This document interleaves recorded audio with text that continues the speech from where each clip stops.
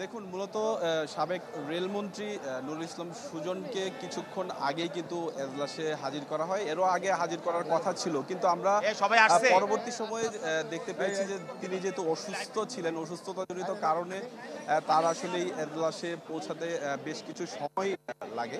এরপরে আমরা দেখতে পেয়েছি যে এখানে যেই আইনজীবীরা তারা আসলেই নুরুল ইসলাম সুজনের 5 দিনের রিমান্ডের বিপরীতে তারা আসলে এখানে রিমান্ড চেয়েছে। যাত্রাবাড়ি থানা হত্যা মামলা, সেই হত্যা মামলায় কিন্তু সাবেক প্রধানমন্ত্রী শেখ হাসিনা সহ 297 জন আসামি রয়েছে, যেখানে বেশ কিছু সাংবাদিকরাও ছিল এই মামলার, তাদের এজাহারভুক্ত ছিল তারা।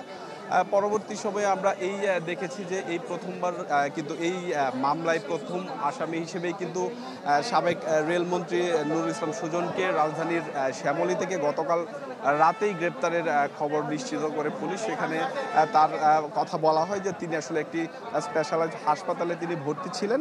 সেখান থেকেই কিন্তু তাকে আসলে গ্রেপ্তারের ব্যাপারে সেই তথ্য কিন্তু পুলিশ জানায়। এরপরেই কিন্তু আজকে সকাল থেকেই আমরা দেখতে পেয়েছি যে এখানে বিভিন্ন মামলার আসামিদেরকে, হাই প্রোফাইল যারা, তাদেরকে হাজির করা হচ্ছিল। বিশেষ করে সাংবাদিক থেকে শুরু করে ঘাতক দালাল নির্মূল কমিটির যে উপদেষ্টা মণ্ডলীর সভাপতি, তাকেও গ্রেপ্তার করা হয়েছে। এখানে আদালতে এনে হাজির করা হয়েছে, তাদের রিমান্ড মঞ্জুর করা হয়েছে। এখানে আমরা দেখতে পাচ্ছি যে এই সাবেক রেলমন্ত্রী নুরুল ইসলাম নাহিদের যে বাদীপক্ষের আইনজীবীরা রয়েছেন তারাও কিন্তু ব্রিফ করছেন। হয়তোবা পরবর্তী সময়ে আমরা আসলে তারা কি বলছেন বা কি জানাচ্ছেন সেটি হয়তোবা আমরা জানাতে পারবো। তো এই ছিল রাজধানীর সিএমএম কোর্ট থেকে সর্বশেষ।